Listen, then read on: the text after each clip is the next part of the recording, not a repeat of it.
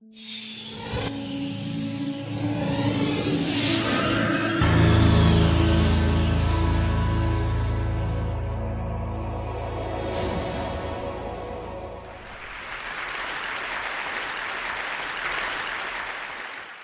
morning. How are you? It's been great, hasn't it? I've been blown away by the whole thing. In fact, I'm leaving.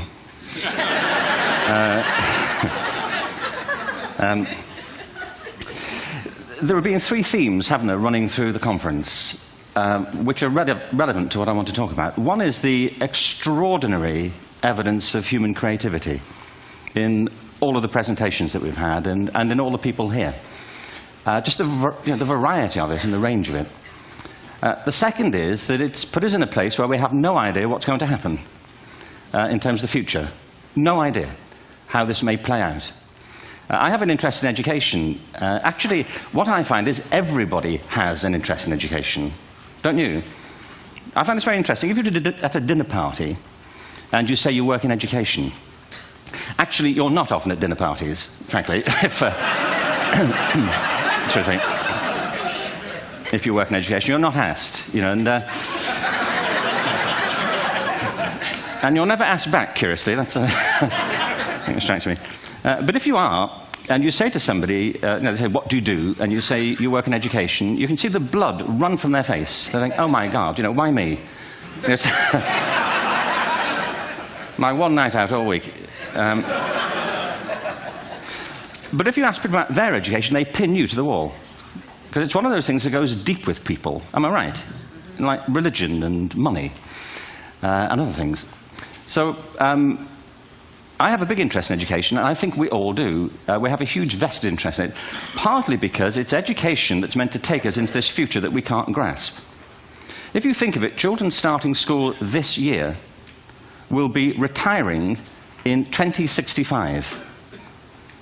Nobody has a clue, despite all the expertise that's been on parade for the past 4 days, what the world will look like in 5 years' time. And yet we're meant to be educating them for it. So the unpredictability, I think, is extraordinary. And the third part of this is that we've all agreed, nonetheless, on the really extraordinary capacities that children have, their capacities for innovation. I mean, Serena last night was a marvel, wasn't she? Just seeing what she could do. And she's exceptional, but I think she's not, so to speak, exceptional in the whole of childhood. What you have there is a person of extraordinary dedication who found a talent. And my contention is all kids have tremendous talents, and we squander them pretty ruthlessly. So I want to talk about education, and I want to talk about creativity. My contention is that creativity now is as important in education as literacy, and we should treat it with the same status. Thank you.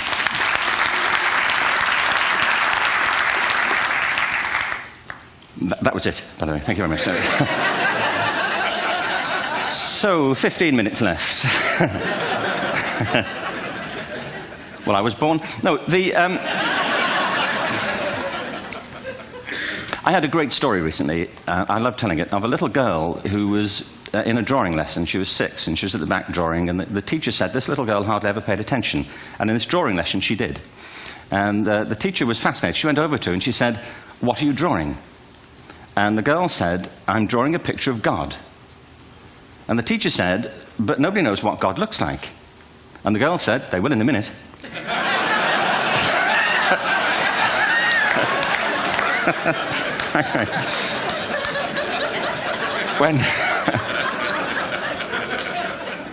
When my son was 4 in England, actually he was 4 everywhere, to be honest. I mean, if we're being strict about it, wherever he went, he was 4 that year. But he was in the Nativity play. Do you remember the story? No, it was big. It was a big story. Mel Gibson did the sequel. You may have seen it. I don't know. It was Nativity 2. But James got the part of Joseph, which we were thrilled about. We consider this to be one of the lead parts. We had the place crammed full of agents and T-shirts, you know. James Robinson is Joseph. He didn't have to speak, but do you know the bit where the 3 kings come in? They come in bearing gifts, and they bring gold, frankincense, and myrrh. This really happened. We're sitting there, and they, I think, just went out of sequence. Because we talked to the little boy afterwards and said, you know, are you okay with that? And they said, yeah, why was that wrong? They just switched, I think that was it. Anyway, the 3 boys came in, little 4-year-olds with tea towels on their heads, and they put these boxes down. The first boy said, "I bring you gold." And the second boy said, "I bring you mare." And the third boy said, "Frank sent this."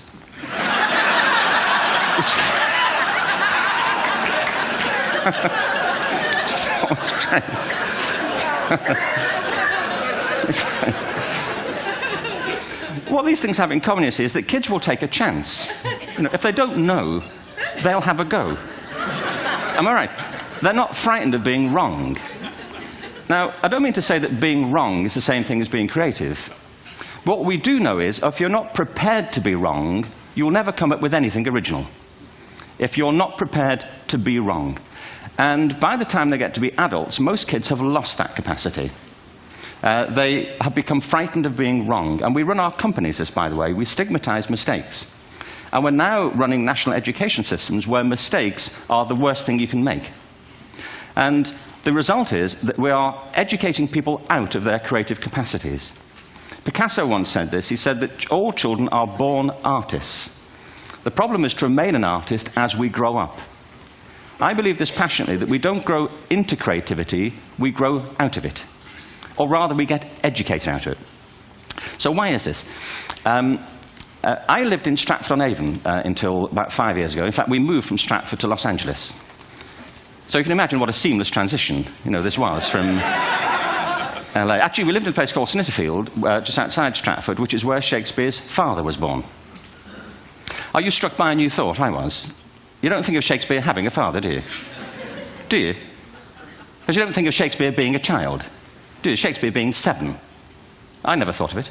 I mean, he was 7 at some point. He was in somebody's English class, wasn't he? Do you understand?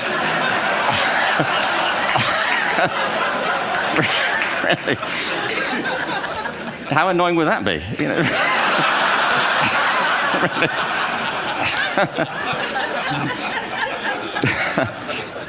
Must try harder. Being sent to bed by his dad, to Shakespeare, go to bed now, to William Shakespeare, and put the pencil down, and stop speaking like that. It's confusing everybody.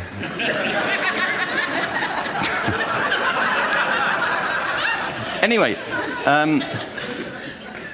we moved from Stratford to Los Angeles, and I just want to say a word about the transition. Actually, my son didn't want to come. I've got 2 kids. He's 21 now, and my daughter's 16. He didn't want to come to Los Angeles. He loved it, but he had a girlfriend in England. This was the love of his life, Sarah. He'd known her for a month.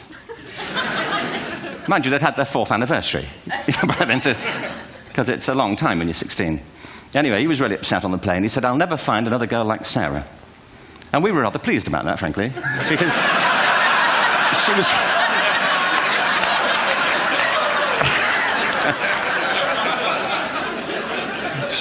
she was the main reason we were leaving the country.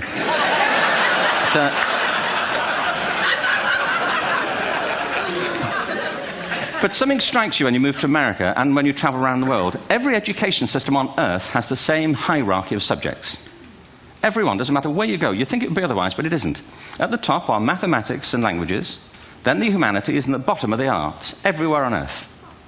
And in pretty much every system, too, there's a hierarchy within the arts. Art and music are normally given a higher status in schools than drama and dance. There isn't an education system on the planet that teaches dance every day to children the way we teach them mathematics. Why? Why not? I think this is rather important. I think maths is very important, but so is dance. Children dance all the time if they're allowed to. We all do. We all have bodies, don't we? Did I miss a meeting? I think... Truthfully, what happens is, as children grow up, we start to educate them progressively from the waist up. And then we focus on their heads, and slightly to one side.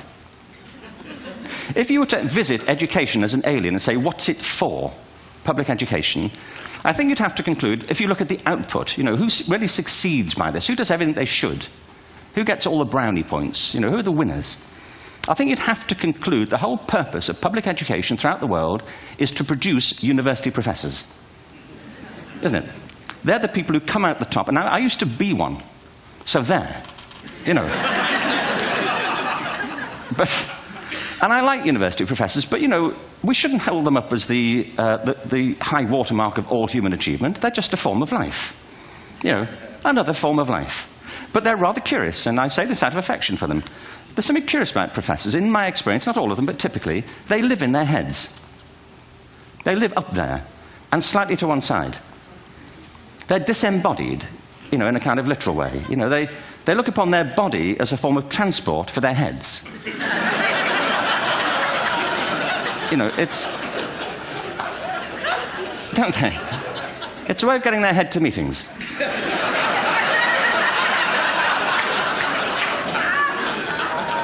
If you want real evidence of out-of-body experiences, by the way, get yourself along to a residential conference for senior academics and pop into the discotheque on the final night.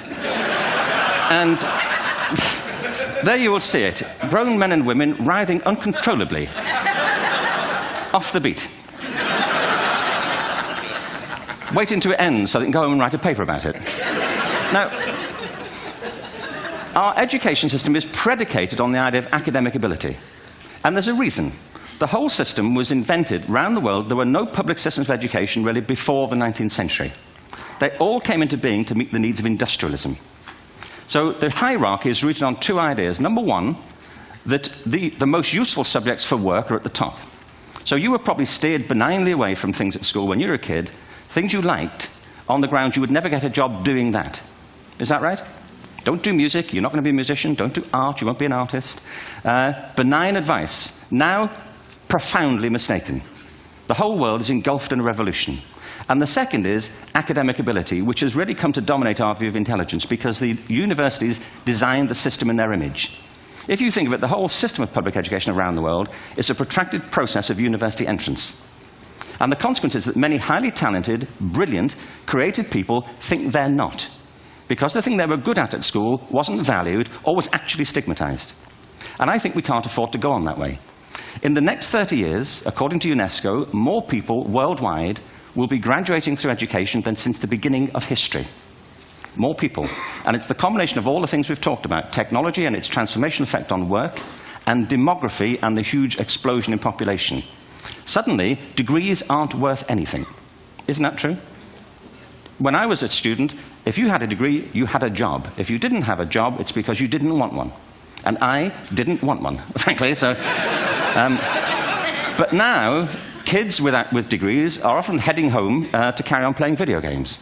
Because you need an MA, where the previous job required a BA, and now you need a PhD for the other. It's a process of academic inflation, and it indicates the whole structure of education is shifting beneath our feet.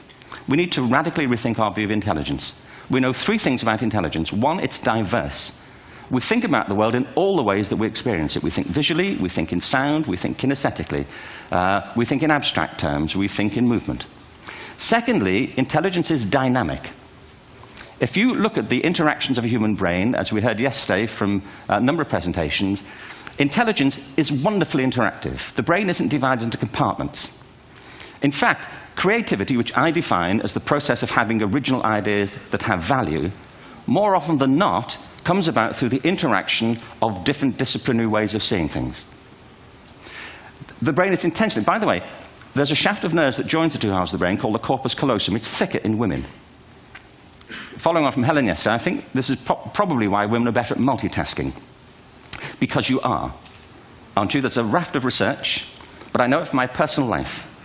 If my wife is cooking a meal at home, which is not often, thankfully, but, you know, if she's doing... No, she's good at some things. But if she's cooking, you know, she's dealing with people on the phone, she's talking to the kids, she's painting the ceiling, you know, she's doing open heart surgery over here. If I'm cooking, the door is shut, the kids are out, the phone's on the hook. If she comes in, I get annoyed. I say, Terry, please, I'm trying to fry an egg in here. You know,